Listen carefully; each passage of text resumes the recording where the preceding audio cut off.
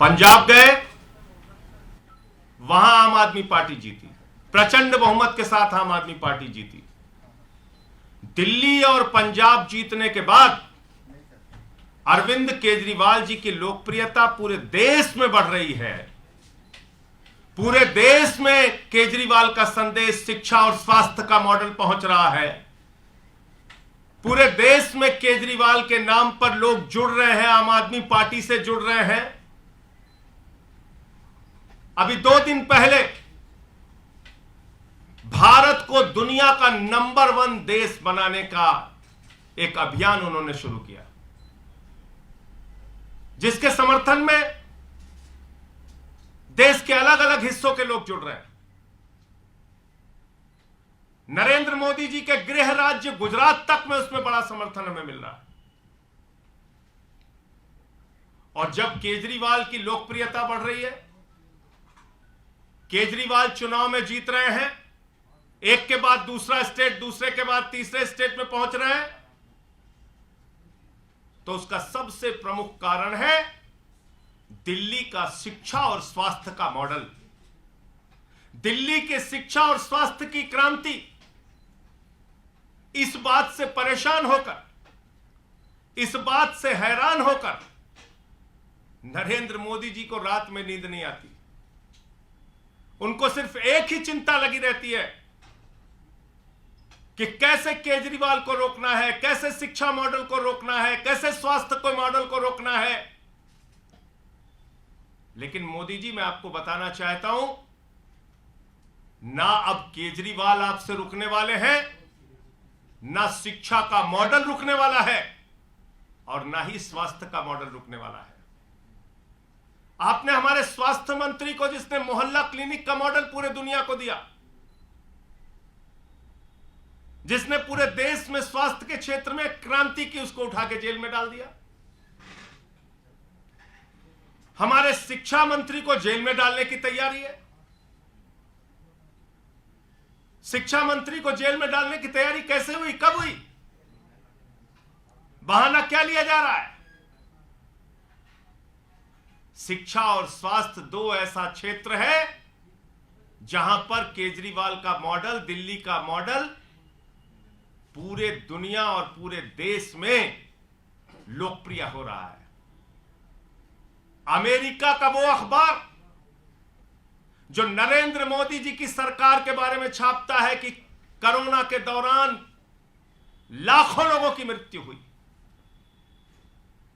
America का वो New York times अखबार जो मोदी सरकार की असलियत को पूरी दुनिया के सामने रखता है, वही अमेरिका का न्यूयॉर्क टाइम्स अखबार कल मनीष सिसोदिया की फोटो के साथ दिल्ली के शिक्षा मॉडल की चर्चा करता है। मनीष सिसोदिया के फोटो के साथ दिल्ली के शिक्षा क्रांति की चर्चा करता है,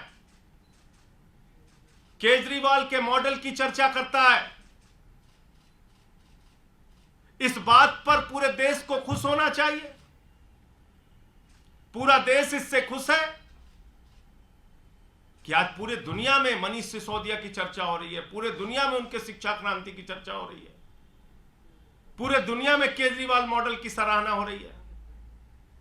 लेकिन शर्म आती है, हमारे देश के प्रधानमंत्री की सोच इतने छोटे स्तर की सोच है कि दूसरे दिन ही वो मनीष सिसोदिया के घर पे सीबीआई भेज देते हैं।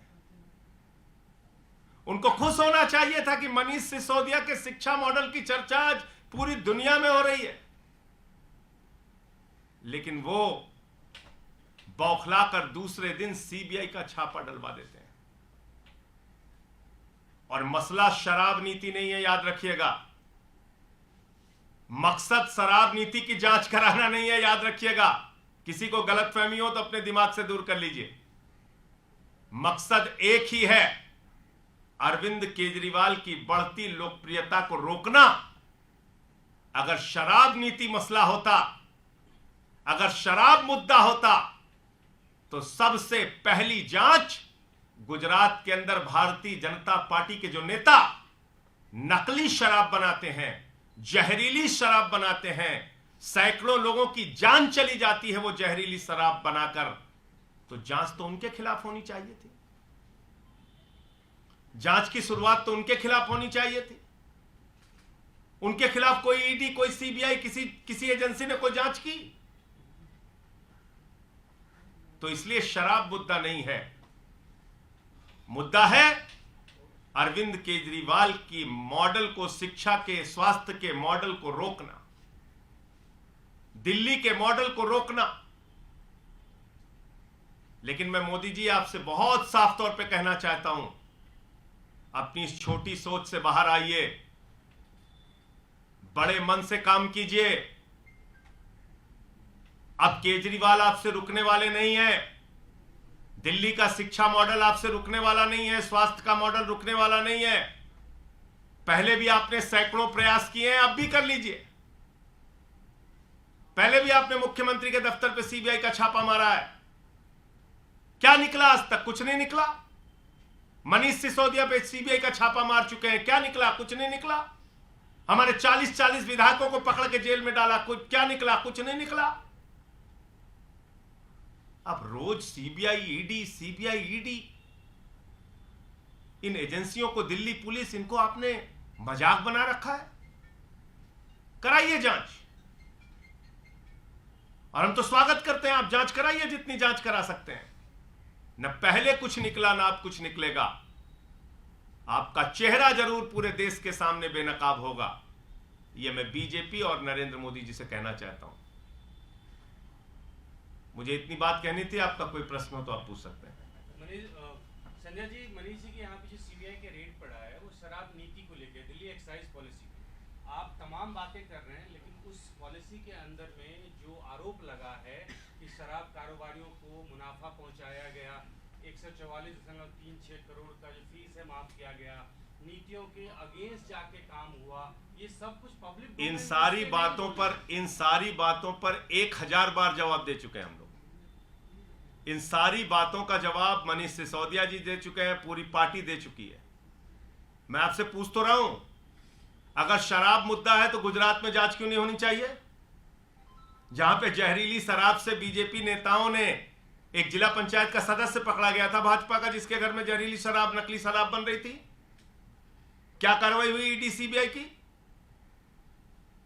क्या कार्रवाई होती है बीजेपी नेताओं पर ईडी सीबीआई की? येदियुरप्पा जेल गया, हेमंत विश्व शर्मा पे जो जांच चल रही थी वो जांच में कुछ निकला? क्या निकला बताइए?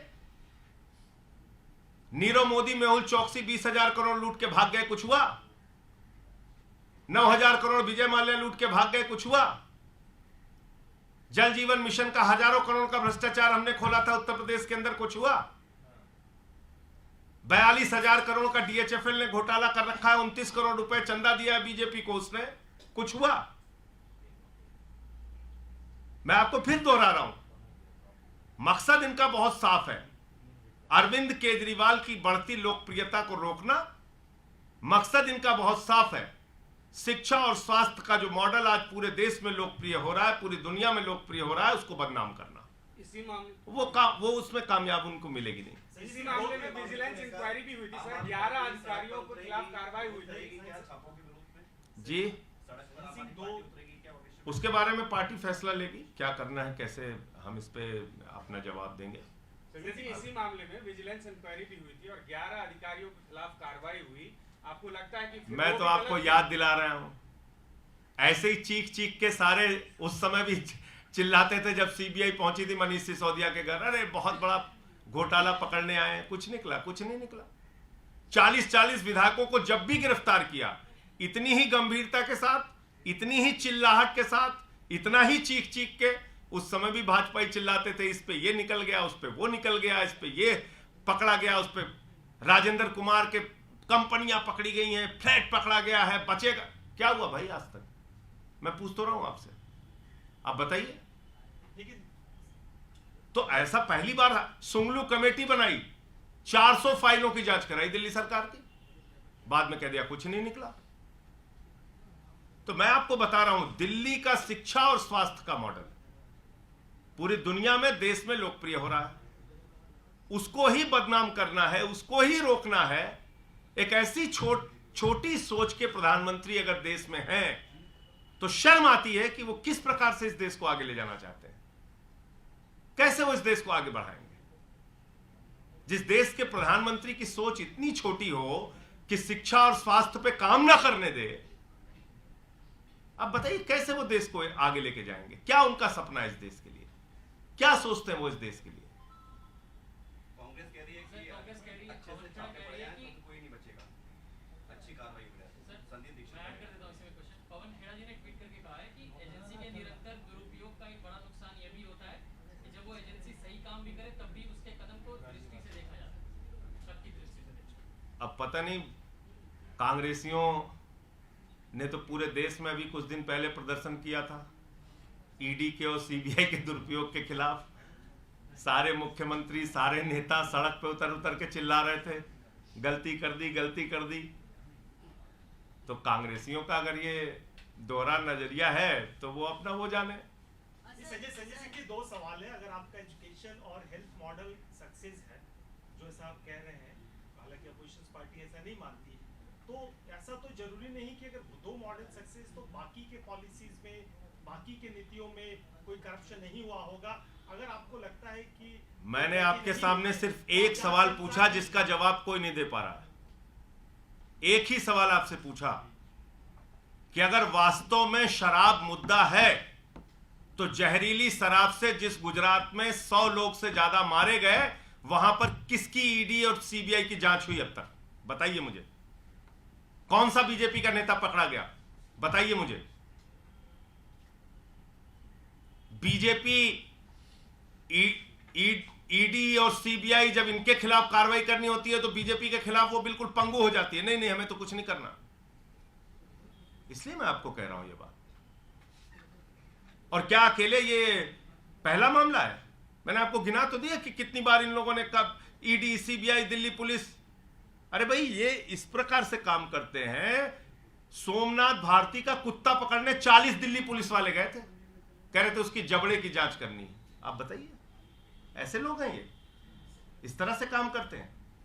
सर, मनोज तिवारी ने कहा कि आम आदमी पार्टी का ये मॉडस ऑफ ऑपरेंडी है कि ये इसी तरीके से काम करते हैं। और दूसरा, मनीष जी ने पूर्व लेफ्टिनेंट गवर्नर पर जो सवाल उठाए थे उस पर उन्होंने ये जवाब दिया कि ये सरासर निराधार है। वो पद पर रहते हुए उन्होंने गरिमा मेंटेन की और किसी भी तरीके का उनकी तरफ से गड़बड़ी नहीं हुआ है। तो मनोज तिवारी बगैर जांच के बैजल जी को क्यों क्लीन चिट दे रहे हैं भाई? उनकी क्या साठगांठ है? तो ये तो दोहरा रवैया है। एक तरफ भाजपा कहती है जांच हो जाने दीजिए, क्या फर्क पड़ता है, दूसरी तरफ कहती है नहीं नहीं, उनकी जांच नहीं होनी चाहिए। तो किसको किसको हिस्सा मिला है? जांच होने दीजिए। ये कौन सा दोहरा रवैया है? एक तरफ तो कहते हो गर्दन दबा दो, फांसी पे चढ़ा दो, उल्टा लटका दो, और दूसरी तरफ कहते हो कि क्यों जांच होनी चाहिए।